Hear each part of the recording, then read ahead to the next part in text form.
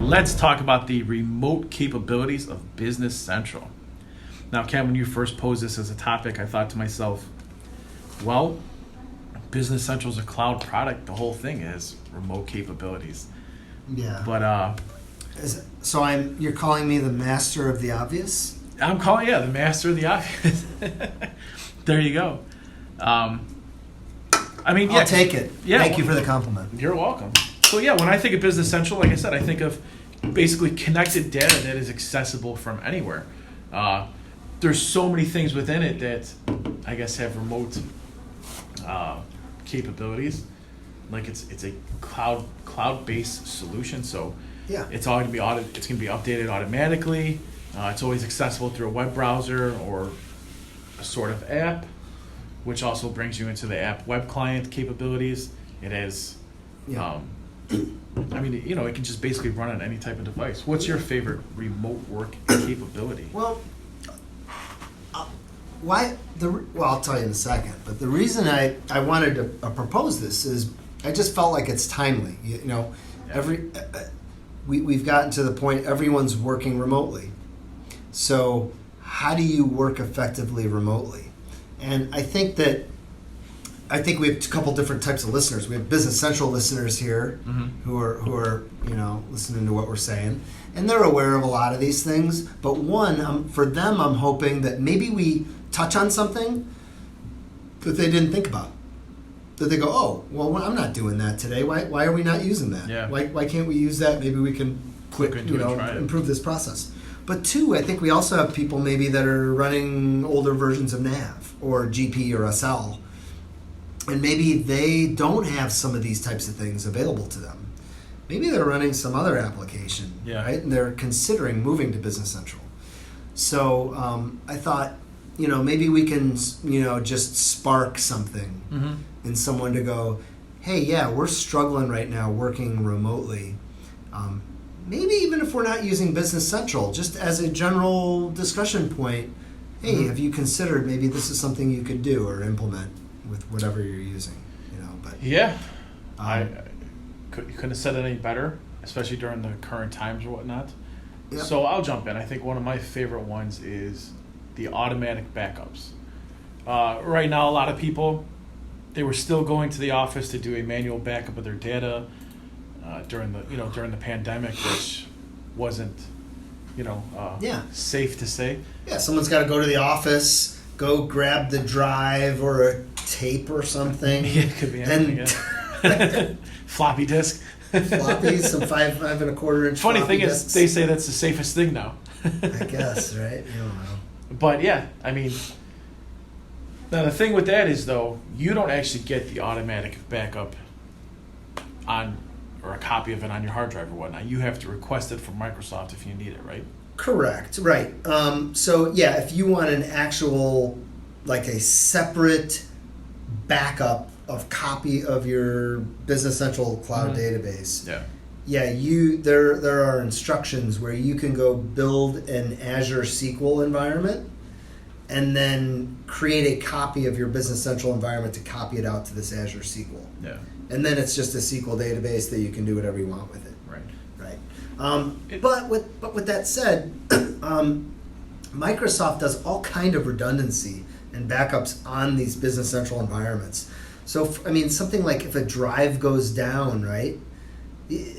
you don't have to go to a backup. It just kicks onto a new drive. Yeah. Right? These are cloud centers. These are highly sophisticated with all kinds of redundancy built in. Yeah. So I'll bet there's been servers that have gone down where people are running Business Central.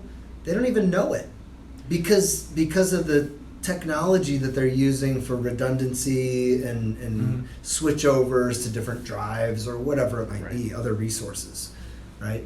And I think it's pretty safe to say that the automatic backups isn't for somebody who deletes a field and can't re-add it. And No. They contact Microsoft to get a backup from an hour before. No. That's No. not the point of it. You're talking catastrophic events, really. You know what I mean? Right. Yes. So. Yep. And if at any point, this is important, a Business Central customer says, I just want a SQL backup of my database. You can get that. You just have to make a specific request to Microsoft to get it. They will provide you with the .bak SQL backup of your database. So that is available. Yeah. So what are things that people can use to help them work more effectively remotely? I can't get past it. The biggest thing is the app web client, right? The fact that years and years ago you had client server technology and you had to install the Windows client on your computer. And then if you tried to connect remotely to another server, a database that's located somewhere else, it took forever. Yeah. It was almost unusable. Well, with the app web client, it's designed to run from anywhere on any device. So if you have to work from home, you have a Mac computer in your office, in your home office. Open Safari, punch in the URL, and you're working. Yeah. So basically anywhere there's an internet connection with a web browser, That's right. you've got it and you're good to go. Any device, tablet. It's completely responsive, so Right. it fits any screen. Yep. So I think that's the obvious. It's like the obvious elephant in the room, so to speak. But it's like it's huge. So then we've got backups, redundancy. We kind of already touched on it. Automatically applied without any IT personnel. Yeah. That's kind of a big one, though. You really don't need to have an IT team to run Business Central. Right? You don't, right? Yeah. Yeah. There's no, you don't need a SQL Hardware, database administrator or a hardware tech Right. to run it. I mean, that's a huge in terms of return on investment. If you're paying someone to do all those services today, that's just something that that cost completely goes away. And then you've got e-banking. So probably one of your favorites since you've got a finance background. Yeah. But the ACH, positive pay, bank statement import. Right. So Yodlee. think about like in the classic office work environment. I need to pay vendors, right? So I have printed copies of invoices, and then I have to print laser checks on my printer with my check forms. I physically have to be there to do that. Yep. So in a remote work environment, I can use ACH. There's e-banking tools set up within Business Central. You can map formats for different banks. You can plug in your vendor's banking information. If you go into vendor bank accounts, plug in their account number and all that information in there. And then you can send, and instead of printing computer checks in the payment journal, you select payment type electronic payment. And from there, you can export an ACH file in your bank's file format, transmit the file to the bank, and the bank distributes the funds. I'm waving my arms in an outward motion right now, showing that the funds go to all your vendors instantaneously. And electronically, so you didn't spread any coronavirus or whatnot. So definitely a huge feature, I guess you want to call it. Right. Yeah. Yeah. So that's the key. That's what I'm trying to talk about here, or why, like, ways that you can operate more efficiently in a remote environment where you're not able to physically print documents and right? So next up we have email document delivery. What do you mean? Just sending emails through Business Central with documents attached? Yeah, invoices. I got to invoice my customers, right? Yeah. I don't want to print invoices out, go grab them off the printer, run them through, fold them up, run them through a postage machine, put them in the envelopes, right? Yeah. All that stuff, that physically has to be done typically at an office. But if I hit the post and send button on an invoice, on an order, sales order or invoice, I generate the invoice, it emails the invoice to the customer instantaneously. Yeah. Completely paperless. Nice. There's a key word right there, paperless. That's the common theme, I think, right? Right. All of this, right? That's the key, is that I never have to print anything, write anything, right, or mail anything, right? It can all be done virtually. Yeah. Next up, print and save all documents and reports to PDF. Yeah, so so attach them to the fact box. I've been preaching this one for a long time, but like, so the common thing is like at the end of the month, all the accountants out there, they want to run their month end and they want to print all their reports out. Let me print my AR aging, my AP aging, my trial balance, my income statement, my balance sheet, my bank rec. Let me get all those printed out. Well, and again, this is one I've been doing for years. I said, like, don't do that. Stop it. You're killing trees. Why are you doing it? There's no point. No, but it's just a waste of time, because what you can do is you can print that AR aging report, the trial balance, the income statement, save it as a PDF, and throw it in a folder on your network. Yeah. And now you can always go back and reopen it, look at it, and if for some reason you have to print it, you can print it out at that point. Yeah, and it's accessible from more places when it's on the network. Yep. Nice. Send any page data to Excel. Yeah. Right. I guess you consider this remote. What's the alternative? Same kind of thing, right? Yeah. Well, I mean, like, instead of printing it, right? Again, it's the same. I think it's similar, to using PDF, except instead of PDF, you can put it to push any page that you're on, right? That has a list of records. You can hit send to Excel, right? Yeah. Or export to Excel, and then you can view those records in Excel. If you're using Office 365, you can actually hit the Edit in Excel button. Yeah. Edit your records in Excel, hit Publish, and it updates the records back into Business Central. Huge time-saving really function. Slick. Yeah. So again, the key there is, why am I printing? I'm not printing anything. It's paperless. Yeah. So, and I can save that Excel spreadsheet and move on. Next one up, you've got incoming documents, including OCR capabilities. I'm more interested to hear what you mean by incoming documents. Yeah, so incoming documents is a feature in Business Central. It's kind of a generic term. So what you could do is you could have anyone create a new incoming document. So let's say you have an office administrator. The mail comes in today. You get some invoices from some vendors. What that person could do is create a new incoming document, scan and attach that invoice. And that now goes into this bucket called new incoming documents.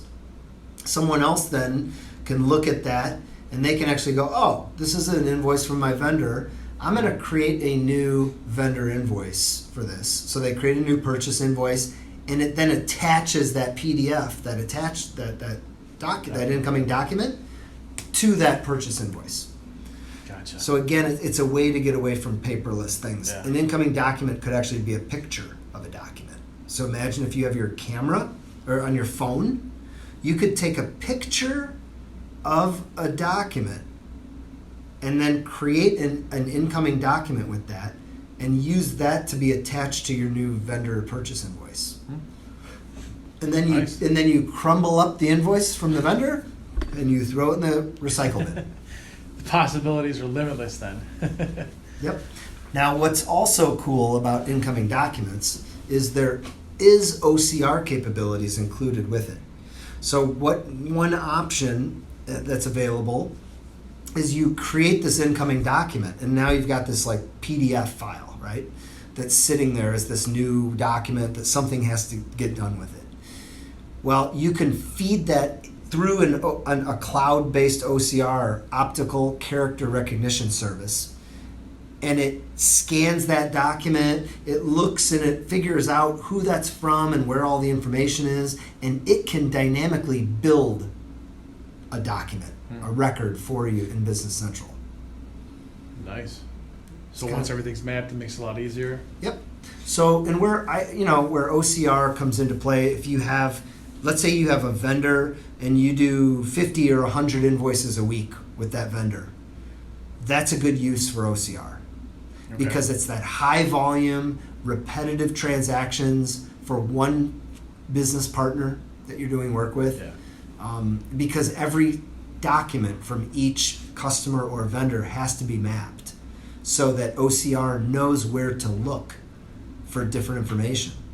And that takes time to do it. So to get a true return on your investment, you do need to have relatively high volumes of transactions with a specific vendor or customer. And you got to be committed to it for a long time, right? At least a year to see a return. Right. I mean, not see a return, but yeah, I mean, it's going to take time to build. It just has to be a high volume situation. If you told me I've got 1,000 vendors and I do one invoice per month with each of my 1,000 vendors, OCR is not for you, man.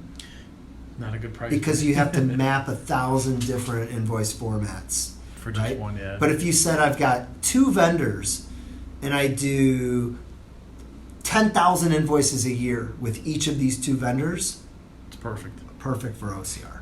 Gotcha. Now, next up, document attachments. You just mean attaching a document to the fact box, or what? You got it. And I think links and notes are the same thing. Yeah. So, yeah, on any customer record or sales quote or order, purchase order items, you can attach documents, you can attach links. Yeah.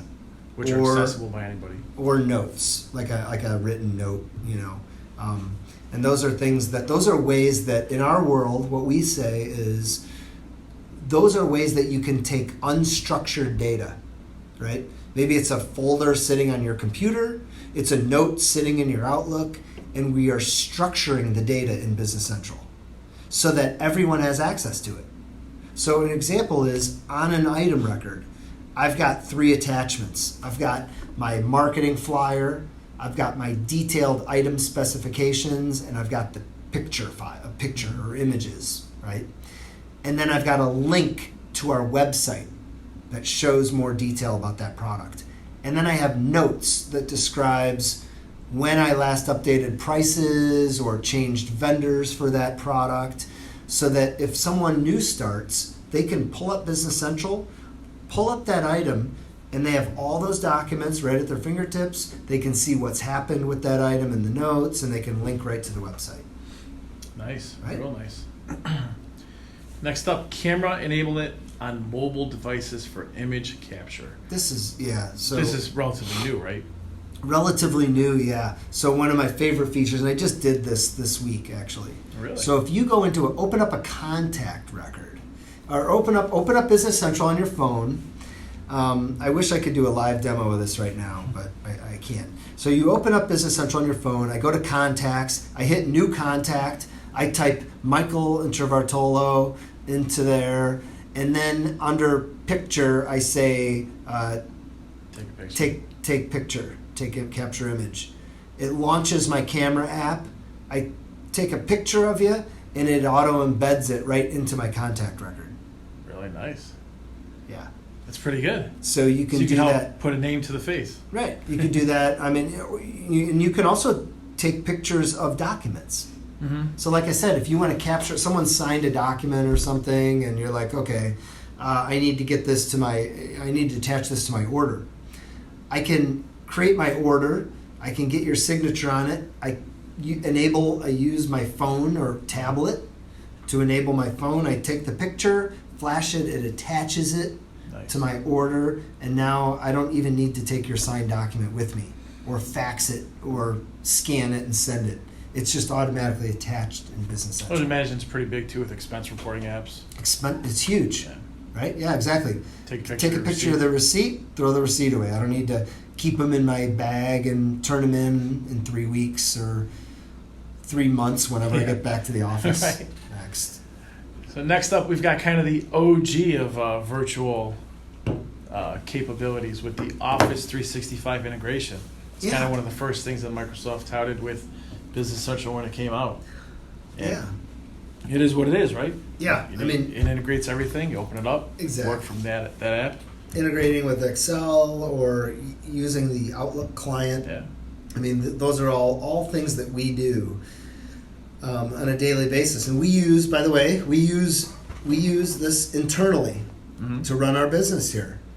And these are we use all of these things to make our lives easier so that we can all communicate effectively and efficiently. Really, again, almost in a paperless world. Yeah. That's what it really boils. I think paperless. You nailed it, right? The fact is, I can't print stuff. Right. I can't get signatures on stuff anymore. So how can we? What are some of the tools that we can use? And the last one I'll touch on as we wrap this up is some of the workflow stuff, right? Some of whether it's using the built-in workflows of Business Central or now Power Automate, which is formerly called Flow. Yeah. Which is weird that they renamed it already. Yeah. So that's another way. So instead of you want to get approvals on stuff, well, route it through these approval structures, so that we don't have to do anything with it. But and all these features pretty much work flawlessly. Yeah, I mean, there's no issues whatsoever with them. So my hope is that obviously, it's like I hate to don't beat a dead horse here, but the world has changed in the last several years, and we've now gotten to the point where I don't need a VPN. I don't need to have a printer in my home office that's mapped to my network or whatever. Right. I just have to have a tablet or a phone or a laptop and an internet connection. Yeah, and that's really it. Pretty much do everything with Business Central now. It's pretty amazing. I mean, things have come a long way, especially in the last couple of months are going to reshape the future for businesses forever. It's going to be. Yeah, I think we were on that trend. We were on that course. Right. We're heading that direction, but it just significantly escalated the pace. Yeah.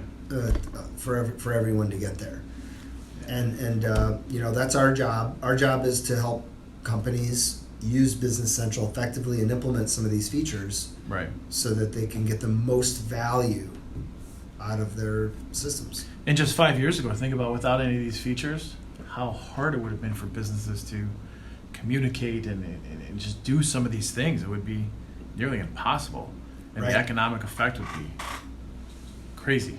Yeah, it would be terrible. It just literally 10 years ago almost wouldn't have been possible. Right. So we got it. Good to go.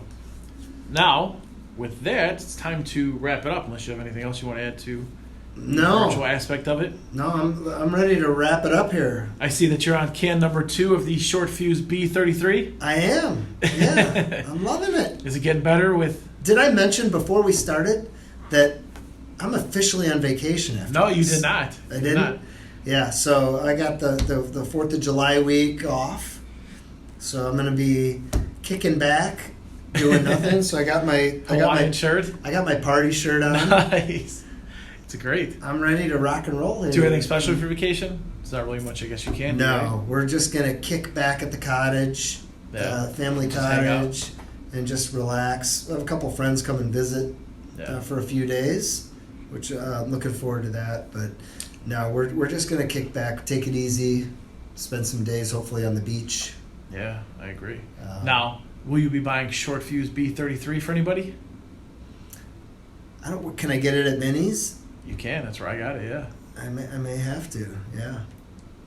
Give me a rating. I got to know the rating. So well, first of all, I mean, do you like it a lot? Do you not like it? Well, I like it. I would not have cracked another 16-ounce can of this stuff if I didn't like it, because it's not cheap. I'm guessing. Right. Nah, I think for 4 cans, it's about $15. Mm-hmm. So I do like it. It's good. It's too strong for me. That's the downside Really? for me. I like to drink beer. Too strong taste or too strong, I guess, it's just going to make you only drink a couple before you're taking a nap? Call me old school. I like to drink beer, Michael. Okay. So, like, old school? How many of these can I drink? Yeah, with that type I of mean, alcohol good content, gravy.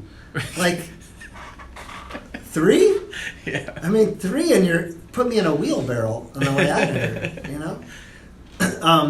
So it's like, you know, the process of physically, right, drinking beer is enjoyable to me. So physically, right, guzzling the beer out of the can or the bottle. Yeah, drinking the Miller Lite all night long and not getting a headache the next day. I gotcha. Right. But like, you know, so while the taste is good, it's like, man, at 11% and a pint of this, man, it'll rock you. Yeah, it's pretty strong. So with that said, I'm gonna go 80. It's just it's pretty good. I like it. The flavor is good. The taste is good. It's relatively balanced. Yeah. I think on all the flavors for an IPA, but it's just too strong. Right? It could probably be a better beer if it were at like 7.5%. Less alcohol. Yeah. So after my first taste, I probably would have given it a 55 as a rating. As you know, 50 is my cutoff point to where I can't, anything under 50 I'm not finishing. I don't know what it is, but ever since that first drink, you drink more and more. I'm going to give it a solid 73. There you go. So it's growing on me, let's put it that way. That's not bad. Yeah, I don't know why. And you're not an IPA guy. No, not really. Or are you becoming one? Yeah, you know what? When you look back at it over, my highest ratings have probably been more towards the IPAs, besides Corona. Maybe you're like a secret IPA lover. IPA drinker. You just didn't know it. Maybe. I mean, I bought this beer just because I was trying to get something that was crafty and had a little bit of summer into it. And when I saw the honey or whatnot, I was like, all right, it might be like a summer drink. I didn't notice the alcohol content until I got back home. Well, there's no question in our history of a shot of Business Central and a beer, you are the winner of the craft beer. You're the craft beer king. Oh, because of that one? You're the king of craft beer. King of craft beer. Buying.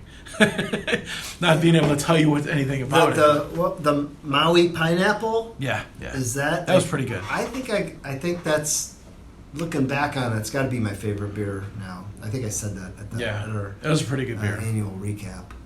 But this is pretty good. It's not bad. It's not too bad. Yep. So we'll take it. So last thing as we're wrapping up here, I think a lot of people out there are starting to get back to quote business as usual. I don't know if that's the right term to use or not, but I just want to take a couple minutes to talk about like our experience. So we work at we have an office building in Rolling Meadows, Illinois, and we had to come up with what are our policies and how do we do this. So in Illinois, June 1st was the stage 3 that we got to. Yeah. And so what we did was we looked at the Illinois office reopening guidelines. Okay. And we looked at all the different suggestions and rules and guidance and things like that we should be doing. And we used that as the basis. And so for the most part, I think we stuck to most of those things. Mm-hmm. The one notable thing I think what we are not doing is, we're not doing temperature checks when you walk into the building. Yeah. We're all professionals here. So it's like, I think if you have a fever, you should know, be aware you have a fever and don't come in. Right. We're not going to treat you like kindergartners, frankly. And I guess that's the common theme, right? Like, so we do the thing, like if you're sitting at your desk and you're working at your desk, you don't have to have a mask on. Mm-hmm.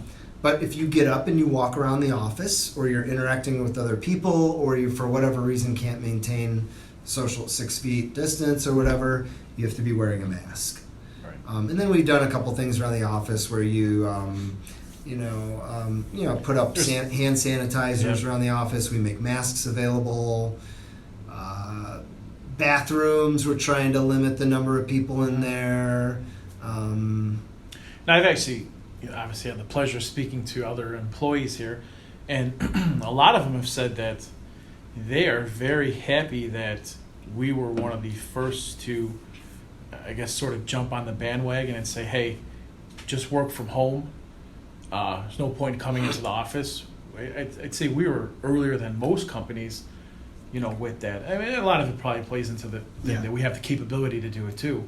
But I know a lot of people are actually happy with that. Yeah, we were. So we, I can tell you exactly when it was. Unfortunately, it sticks in my brain. But it was Thursday, March 12th. March 12th. So in Illinois, stuff was getting pretty bad. The number of cases in Chicago. I was actually at a client site all day, working with a group of about 6 people in a conference room all day.